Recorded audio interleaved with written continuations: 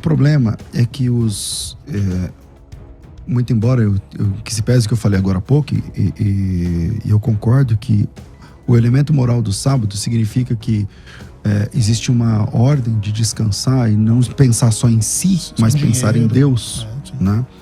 No Novo Testamento, a Bíblia diz que esse momento onde você vai devotar-se a Deus e voltar-se a Deus, não precisa ser exatamente ou obrigatoriamente num sábado. E isso está acontecendo lá em Colossenses capítulo 2. Esse texto é um texto que os sabatistas, eles conhecem bem. Sim. O texto diz assim, capítulo 2, versículo 16.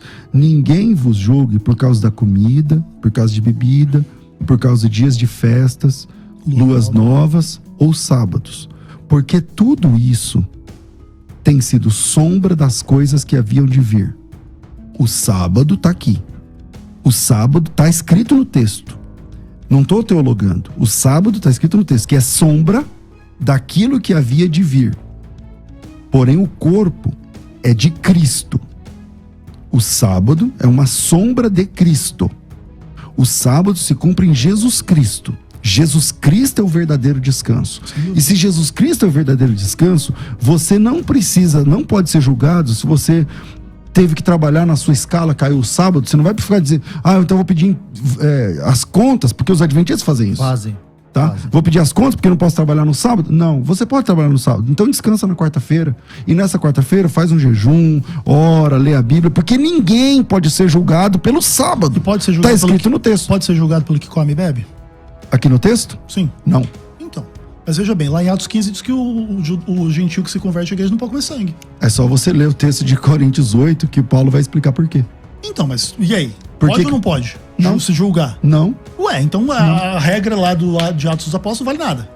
A regra vale, só que o porquê que tá lá em Coríntios capítulo 8 é pelo testemunho daqueles que estão lá de fora e tal, não sei o que, mas não é um mandamento de morte eterna. Não, legal, beleza. Pastor Por que não Ezequiel. tratar o sábado da mesma forma? Pastor Ezequiel. Você não vai Porque ser o julgado, mas sábado tem que guardar. Responde sua pergunta, sem problema. Eu não trato o sábado da mesma forma, porque aqui nesse texto tá dizendo que eu não posso ser julgado Mas pelo tá sábado. dizendo também Como que é não que pode você ser responde julgado esse texto? Não, mas olha só, veja bem, o texto não é fácil, o texto é interessante, dá uma tese de doutorado, mas veja bem, o texto também diz que não pode ser julgado por comida e bebida. Mas tem a regra que você não pode comer tal coisa. Deixa eu fazer uma pergunta. Então veja aqui. bem, o sábado da mesma Pastor forma. Ezequiel. Você não pode ser julgado por ele, mas a regra tá lá. Pastor Ezequiel. Não deixa de estar lá. Mas ele é uma sombra de Cristo, tá escrito Tudo bem, lá. mas é aqui só uma o sombra. não comer, etc. também. Pastor Ezequiel, o Atos capítulo 15, que o senhor citou aí. Sim.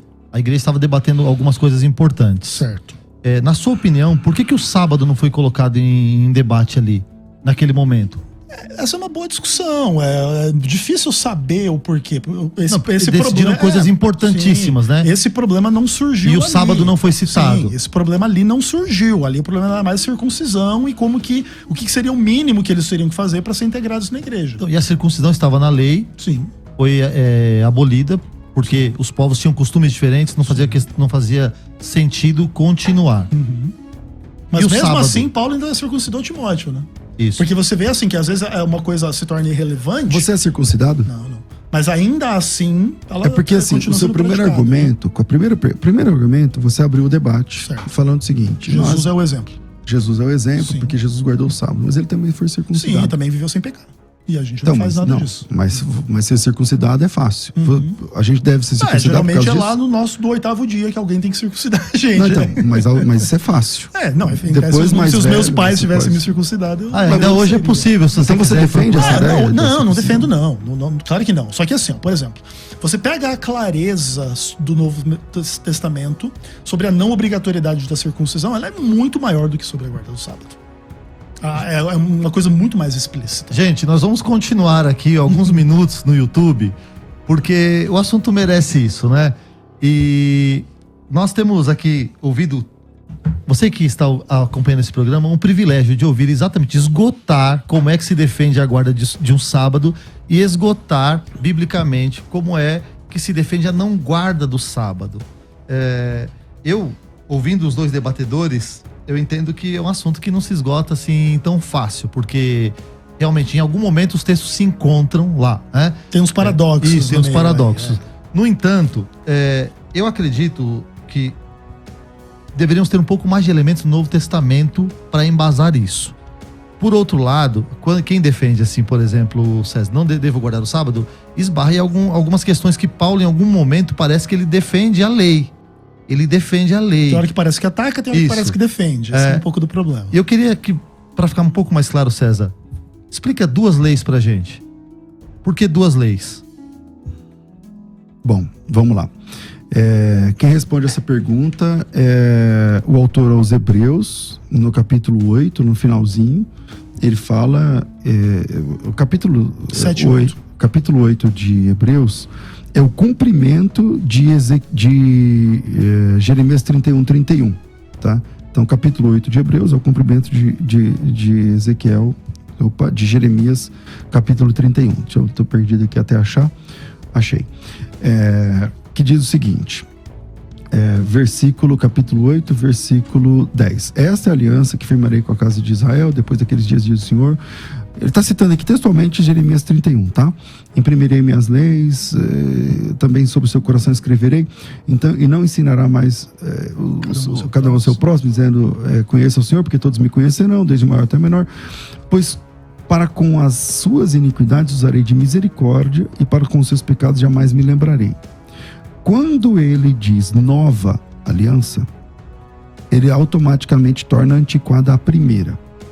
Ora, aquilo que se torna antiquado é envelhecido e está prestes a desaparecer. Ele está dizendo que a aliança de Deus feita no Sinai, ela tem prazo de validade, ela vai acabar. E agora vai ter uma nova aliança, um novo contrato, um novo pacto. No Brasil, nós temos a Constituição Federal de 1988. Isso. Antes, tinha a de 1967. Antes, tinha de 1958. Antes, tinha de 19... Hoje, qual vale? A Constituição de 1988. Exatamente. E as outras? As outras não valem mais. Muito embora em que se pese que a Constituição de 88, ela usa bases do que foi lá atrás, mas o que vale é a de 88.